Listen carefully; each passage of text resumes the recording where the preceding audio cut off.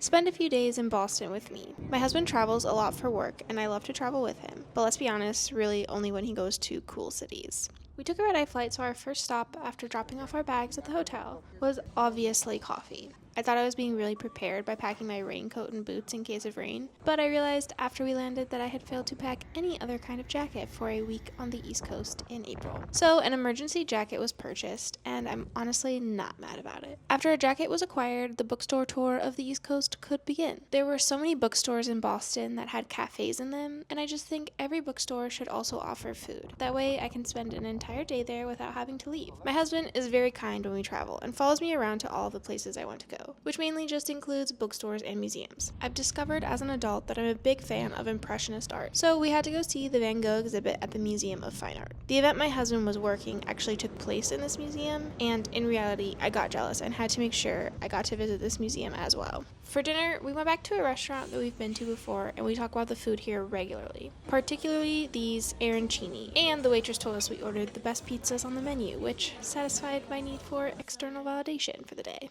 Day 2 was a solo day continuing my bookstore tour of Boston. But first, I always have to stop at the Boston Public Library, which is probably the most beautiful building I've ever seen in real life, and I'm not exaggerating about that. I don't know how people stop themselves from literally just living here.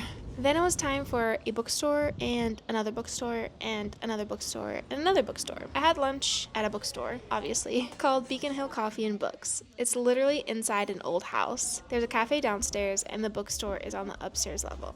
And if you're wondering about the details of all of these bookstores, don't worry. I'm working on a video that includes each and every one. One of my favorite things about Boston is that there are so many historic buildings, and no one is really allowed to change them because George Washington walked through all of them or something like that. And I just love to see all of the character of the buildings. I spent a lot of time on Zillow being very disappointed that the very, very cute houses were very, very much out of my price range. I'm back. I went to 6 bookstores.